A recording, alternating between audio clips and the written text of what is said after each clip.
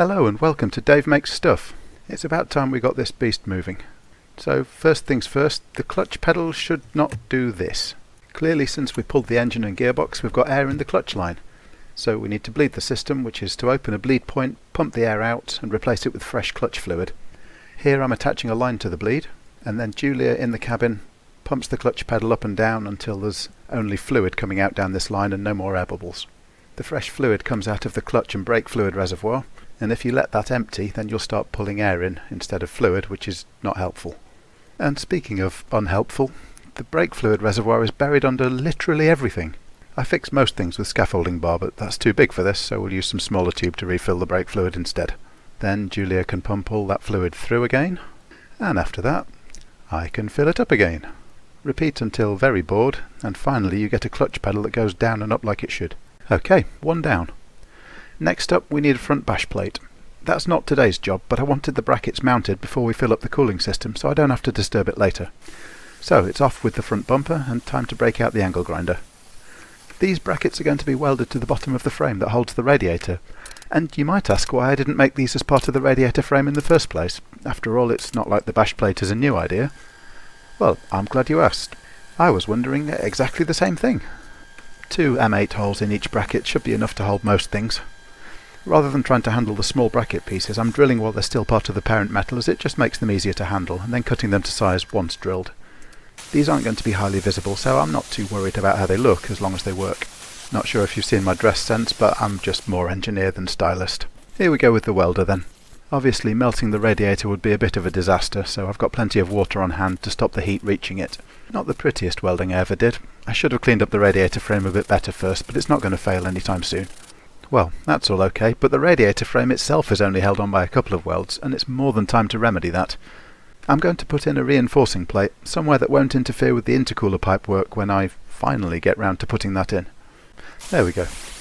I love using cardboard templates, so much easier to shape, and then when angle grinding time happens it actually goes right. I would say I believe in doing it once and doing it right, but, well, I'd probably sound more credible if I said I believe in doing it once and doing it more or less right. But at least with a decent template you've half an idea of what more or less right is supposed to look like. And the answer in this case is more or less like this. Now we can weld it in. Well, that's the royal we, unless you're following this step by step, in which case, don't probably. I was going to show the whole welding process, but frankly, if you've seen one overly bright white flash, you've seen them all. And here it is, fully in keeping with this week's theme of not pretty. Anyway, while that dries, I'm going to get the cooling system hooked up. Let's just take a moment to realise that you're presently watching a wildly speeded up video of a man tightening hose clamps. That might take some explaining if your significant other were to ask. I mean, what on earth are we all doing here? YouTube is a strange vortex sometimes. Anyway, no more explicably, we're now studying an empty coolant reservoir. Yep, it's definitely empty. Well, let's put something in it then. I'm going to start with plain water because I'd rather be spilling that in the not unlikely event that I've forgotten to hook up a hose somewhere. I'm going to check how the system's filling up by opening the drain tap on the radiator bottom hose. And it looks like nothing so far. Coolant's definitely going somewhere though. Hopefully this lot is just spillage and not leakage, we'll see. Time to check the drainage tap again, and that looks better. So now I think we should fire up the engine and let the water pump run a little, which should hopefully help to circulate water through the system and perhaps dislodge some air pockets. We'll pause for a brief moment of "Yay, it runs!" before I put my consummate professional's attitude back on. It's definitely still taking coolant out of the tank though, which is as expected. And the leak on the floor seems to have died off, so I think that was just spillage. So now we can top it up with some antifreeze. Still a handful of jobs to do before we can get this TT moving. One of them, fairly obviously, is to wake up the truck parked immediately behind it. Having a Land Rover diesel is great, they don't seem to mind sitting for a while, but having a Land Rover steering box is not great. They seem to leak at any and all times, and this thing is a brute to manoeuvre when there's no power steering. So here I am doing a very low budget King Kong impression. Well, sort of King Kong meets your granny who can't park very well because the steering's too heavy. Well, doesn't literally meet your granny, I mean that would be probably quite scary for her, but you know, you get my point. Good. Anyhow, next up, it turns out the drive shaft nuts are really important for preloading the front wheel bearings and stopping them flopping around. So these get set in a predefined sequence. You do them up nice and tight to seat the bearings properly. So I've done that, and then next up I'm going to do them up to a low torque with a torque wrench. Note that this isn't the final torque value, it's just designed to get you to a known starting point.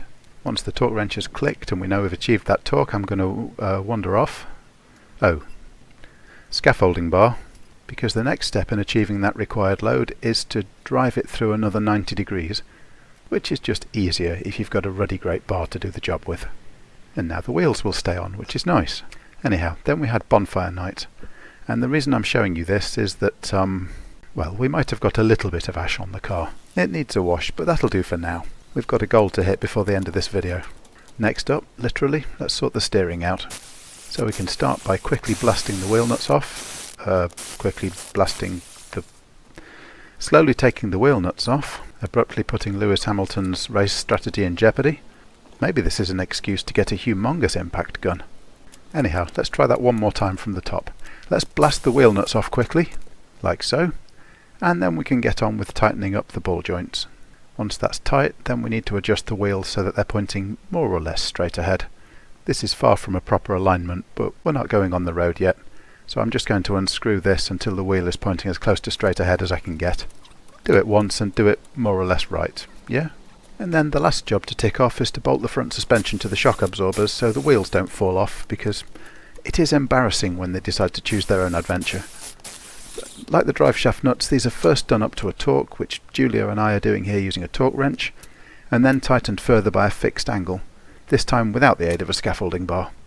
Angle tightening like this is a more accurate way of achieving a clamp load that's often used on really highly loaded bolts. And I think with that we might stand half a chance of making it somewhere in one piece. Time to find out.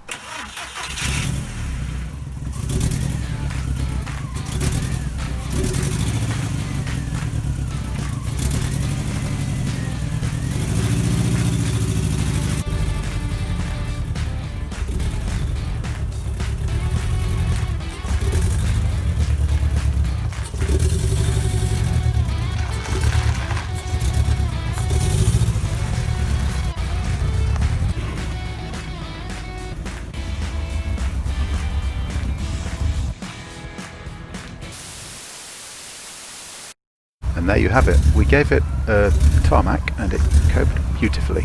Maybe we'll try smooth concrete next. Anyway, that's all for this week. Hope you've enjoyed watching. I hear sirens. Hopefully see you in the next one.